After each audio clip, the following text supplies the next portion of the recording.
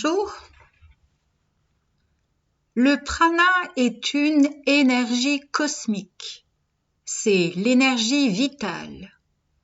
Le premier récepteur du prana est notre soleil. C'est le prana solaire.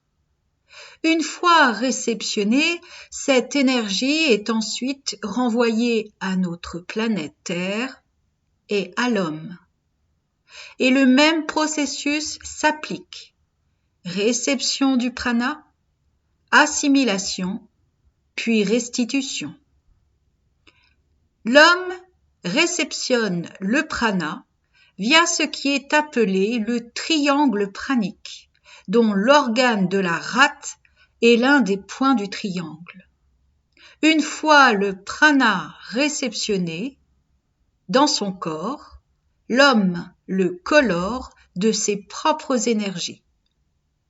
Ces énergies seront ensuite dirigées vers toutes les parties du corps.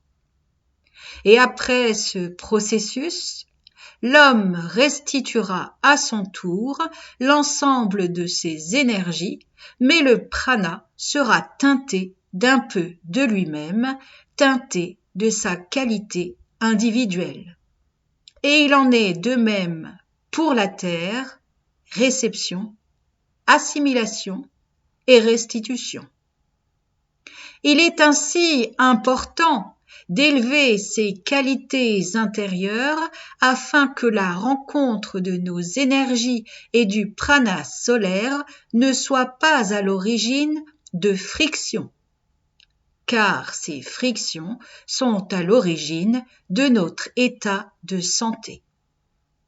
En effet, plus vous êtes réceptif au guna sattva, que nous avons décrit dans la dernière vidéo, plus vous êtes réceptif aux énergies sattviques et meilleure sera la réception du prana, car il y aura une moindre résistance.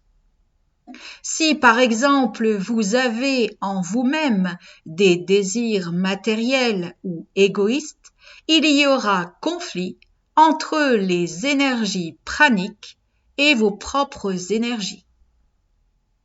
Si vos énergies intérieures sont davantage situées au niveau mental, avec des désirs intelligents, moins centrés sur vous-même, avec des pensées plus inclusives, l'énergie du prana sera plus facilement assimilée.